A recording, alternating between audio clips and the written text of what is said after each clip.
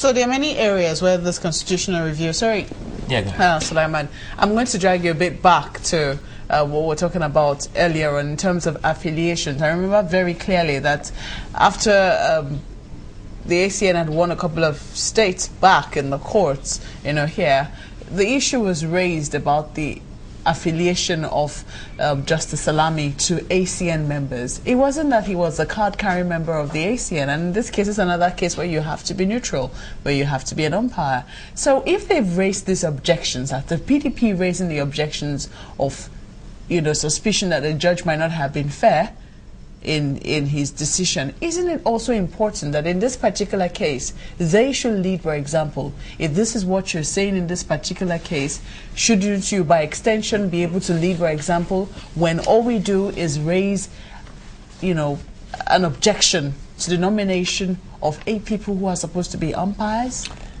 You see, to be very honest with you, I'm incompetent to comment on the Honorable Chief Judge of the Appeal Court.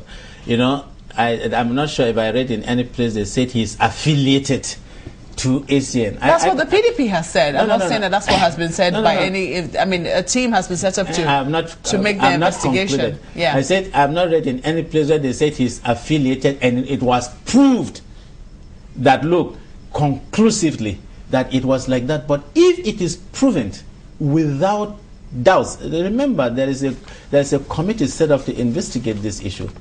And they issued an initial report about it on both on both of them. Are you getting it?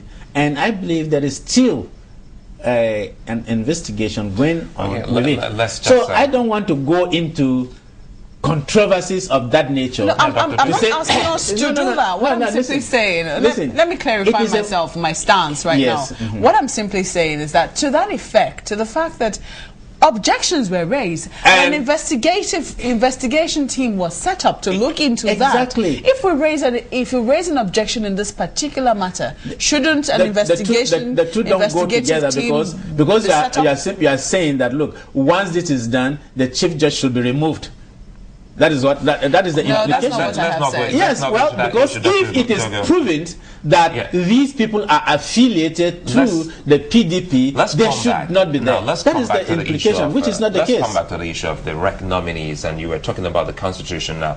I was going to ask you now, what possible way would you want this Constitution amended or rewritten, especially with regards to the nominations of Rex, for instance? No, not when I talk of I'm saying, if you say we needed to rewrite this entirely, and there must be a clause that will tell us how to get our Rex and our national commissioners. So what would you like to see there, for instance, so that we can do away with all of these objections in the future? What I would like to see in the Constitution, I'm not talking with regards to the nomination of names of people umpires that will be chairman, national commissioners, and resident commissioners, isn't it? Yes. We will have a comprehensive resume of these people. It should be published. Are you getting me? Yeah. And it should become a subject of investigation to know that these people are people with absolutely high integrity. And when I talk of high integrity in all its ramifications, are you getting me? And nobody can wake up, just as we had in the case of Jega, that the opposition and any other person did not oppose to it. That is what I believe that national commissioners and resident electoral commissioners should be. And there must be a process through which it can be proven that, look, these people, you cannot cast aspersions on them. In other words, we go back to the Oasis suggestion that it be advertised. Advertisement is different. When we are talking of advertisement, you are saying that, look, resumes, for instance, and all of that, for us to see these people, how do we nominate them, for instance? They're not going to get that is what I'm saying. Look, somebody has to do something. Look, someone has to make the nomination. Yes, but making the nomination does not mean that you become one. If in the Taraba State they nominated a minister, the people there rejected him. He didn't go. And they had to bring another person, isn't it? That is what we are saying. Look, it is the different thing from advertisement to say you are advertising for a position and people will apply and now they will send in, then you set up a committee to shortlist them, interview them, employ them. That is not the case. So the way it is now, very quickly before we go here, these 8, you say there's nothing the president has done that the opposition wouldn't kick against, but they've been talking and they have evidence with regards to some of them.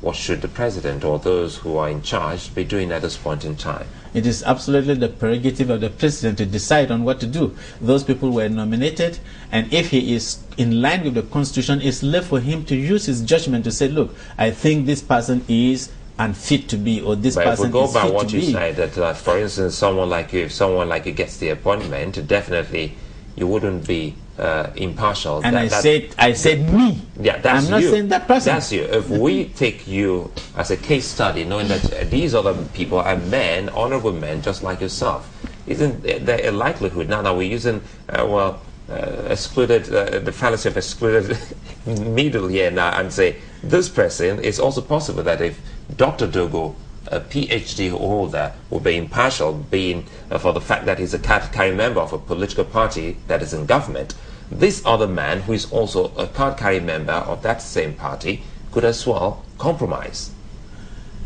Listen to me. It is a subjective issue. It is, absolutely. And depends on the way the president views it. And you see, I said categorically that, look, if I were there, you know, even as that person, I will decline. You see, I also feel very honestly too that if it can be proven that these people did what these allegations are true, I believe that it is more honorable for them to be dropped, and people who are less controversial, who have no such controversies, be appointed.